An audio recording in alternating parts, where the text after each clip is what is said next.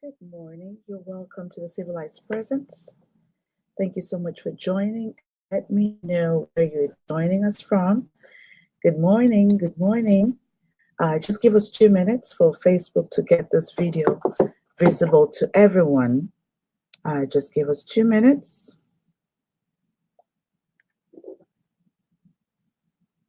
Good morning. Thank you so much for joining. And you're welcome. Thank you.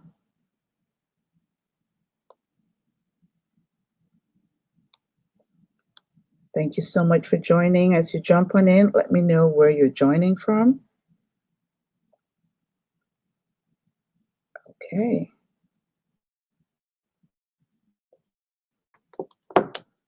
Okay, just help us get this started. Thank you. Just give us one more minute. I am just trying to get people on. Okay. Welcome. It's the Civilized Presence. Yes, we're running our masterclass series and we're about to get things started. Welcome. Just 1 second. Welcome. Let me know where you're joining from. Thank you. Thank you for being here. Thank you. I am so excited that you made up time to be here. And we started up this series last month. Welcome, welcome, welcome. Let me know where you're joining us from. I'm so excited to see you here. It's a beautiful Wednesday morning. Where are you joining from? I'm right here in Virginia, and it is fantastic weather today. So thank you so much for being here. Yes, we're a little early. We're 2 minutes early. So welcome, welcome. Let me know where you're joining us from. Thank you so much. Thank you. We had to come in here a little early, and just so that we can make things get working right on time. Thank you. Thank you. We're starting in a minute. And welcome, Louis. It's so good to have you. Welcome, Esther. It's great to have you in the house. Welcome, Wenger. Thank you so much for making out time to be here. Thank you. Thank you so much. Thank you so much. I can see people jumping on in. Just give us a minute. Okay, we're about to get this started. Thank you so much. So invite people to be part of what we're doing, and you can start a watch party on your page as well. Thank you for being here. Thank you. Thank you. Welcome. I am really just looking for this video. If you can hear me and you can see me, give us some thumbs up, give us a wave. Let me know that you can see and you can hear me. Thank you. Just give us 1 minute and I will get this started. Okay. This is fantastic. Okay. Perfect. So we're just really just trying to get things going here. Welcome, guys. I might not see you directly if you're not on my page, but I do want you to know that I appreciate your making out time to be part of what we're doing. So thank you so much. Thank you. Okay. We're about to get this going. Thank you.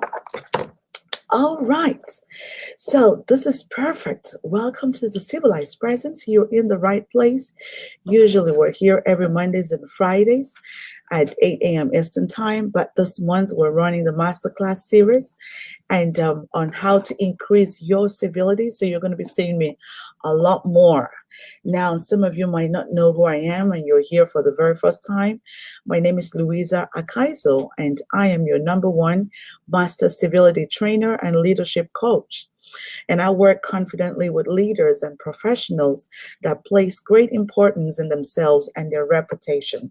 And so if you're just here for the first time, welcome, Enobong. It's great to have you here. Thank you so much for joining. Some of you might not, because we're a lot of new people who are just coming in, and you might not be familiar with what civility is. So civility is focused on positive people's treatment. Civility is the golden rule. Civility does the work of empathy. Civility is complex. It's not just going to show up. You have to be intentional about it. But the great thing is that civility is good. The ripple effect of being civil can impact people's lives in multiple ways that you could never have ever imagined. So you might be asking, why are we running this series? Well, when we increase our civility, we develop the invaluable habit of considering that no action of ours is without a consequence and really anticipating what those consequences will be. And so this kind of gets us to act in a more responsible and caring way. And welcome, Esther, all of you that are jumping in. Welcome, Abigail. It's great to have you. Thank you so much for making out time. Susan, I can see you. Thank you so much for being here. Izay from Canada. Thank you so much for being here. Guys, jump on in and let us know where you're joining us from. Let me know what country that you're joining us from. I know we have a global audience, but let us know where you're joining us from. So if everyone on this planet lived up to their full potential by just being responsible for the impact of their actions, imagine the amount of happiness that there will be in the world, and even the impact that this will have in the quality of lives that we live. So guys, this month, what we started this month, because this Civility Awareness Month, the month of May, we started up the 31 Days Challenge. I don't know how many of you are part of the 31 Days Challenge, but I hope that you've had a chance to be able to join us. I pasted it on my page. It's on my Instagram. It's on my Facebook. If you're not already following me, it's So Unique Experts, and that's my business page. Or you can follow me on my personal page. It's Louisa Akaiso, or also on my Instagram page. And then you can have access to videos and all of the great contents that I share on a daily basis. Now, the lesson for this month really is the 4E's philosophy, and that's by the Civility Group. And this 4E's philosophy states that everyone in every situation, every time, gets the same respect and consideration. So everyone in every situation, every time, gets the exact same respect and consideration. So not sometimes, not some people, but everyone. So that's something that I want you to keep reminding yourself, with. You can affirm with that. And if you want me to send that to you personally, let me know. You can send me a message. So we've been running this masterclass series on how to increase your civility. And what we're focusing on now is what to do when people are rude. We started this up yesterday. And so I'm just going to kind of refresh your memory for some of you who were here yesterday, or if you're just joining us for the first time, that rudeness is a display of disrespect by not complying with the social norms or etiquette of a group or a culture. Now, social norms are referred to as accepted behavior. So a rude behavior or rudeness is a violation of human dignity or a violation of respect of other people. So when we are rude to people, we threaten them. Rudeness means humiliating. Rudeness means dismissing or showing off. And there are other forms of rudeness, like being inconsiderate, being insensitive, being offensive, or being impolite. And those are some of the things that we shared yesterday. And you also learned that rudeness can bring pain. Rudeness can mess up others' self-esteem. Rudeness can poison relationships. Rudeness can add stress. Rudeness can escalate into violence. Rudeness can poison the workplace.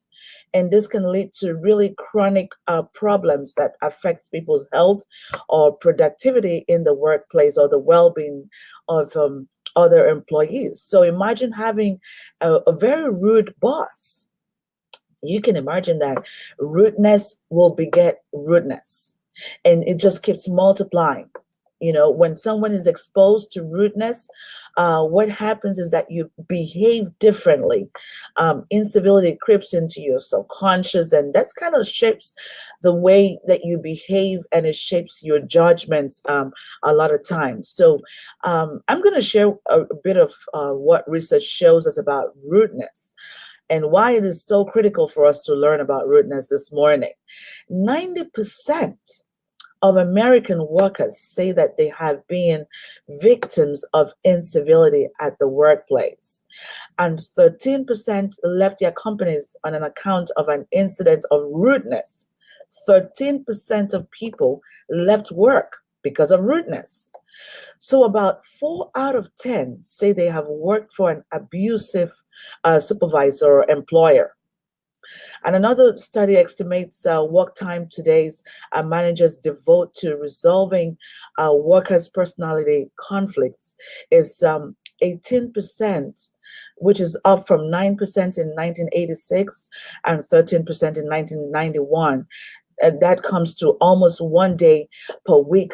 People expect some kind of rudeness. So you can see that the numbers are increasing, and that's very concerning. And this is why we had to spend time to really speak about rudeness. Now, about 1 million US workers, and this numbers, really scared me. 1 million US workers miss work every day because of workplace stress. And people issues are the number one cause of workplace stress. So in total, the annual cost of stress to the American economy is about $300 billion. So you will agree with me that rudeness is something that we really have to work on. We cannot push rudeness to the side anymore. In the past, we would think, oh, it doesn't matter if someone's rude to me, but you can see that the impact of rudeness in the workplace, it's more than, we could ever have imagined. It's making things worse by the minute. Now, yesterday, we did promise that we're going to share different types of rudeness. So we have unfocused rudeness and focused rudeness.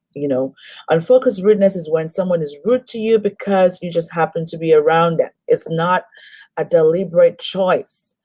Sometimes, for example, you have a scheduled appointment with someone and you kind of clear up your schedule and they don't call or they don't show up or they do not even feel remorse about it.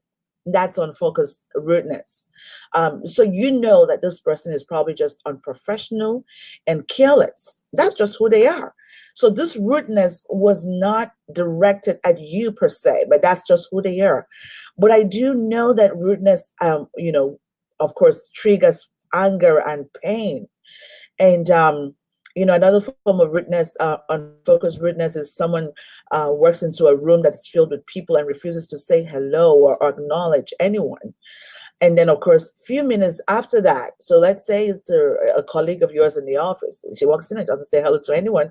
And a few minutes after that, she comes up to you to ask for a document. So at that point, you know that she's totally unbothered and unaware of other people's feelings. Another good example is when people use their cell phone in public places, like, in the bank, or they're on a queue and they're talking on their phone and kind of snatch away with the attention of the person that they're talking to. And they keep everyone waiting. Or people at the drive-through fast foods or restaurants who have placed an order, and suddenly you get to the payment window and decide to change your order totally. That's intense. You're not even thinking about the people behind you. And sometimes you get people honking and they don't even care. So that even though this is annoying, but this is unfocused rudeness. Now, when we talk about focused rudeness is when people respond or speak to you in an aggressive manner. So focused rudeness can leave you feeling like feeling humiliated or controlled or intimidated or by the other person. It's very uncomfortable, I must say. A good example of focused rudeness is bullying or harassment. So we always have to be aware that there are a lot of people or a lot of rude people around us.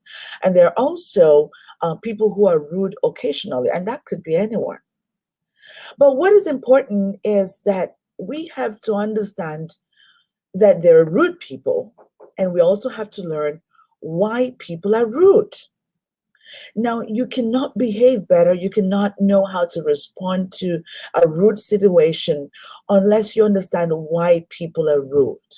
So, I'm going to share with you some of the reasons why people are rude, what makes people rude at certain times. And welcome, John. Welcome, Charles. It's so great to have you.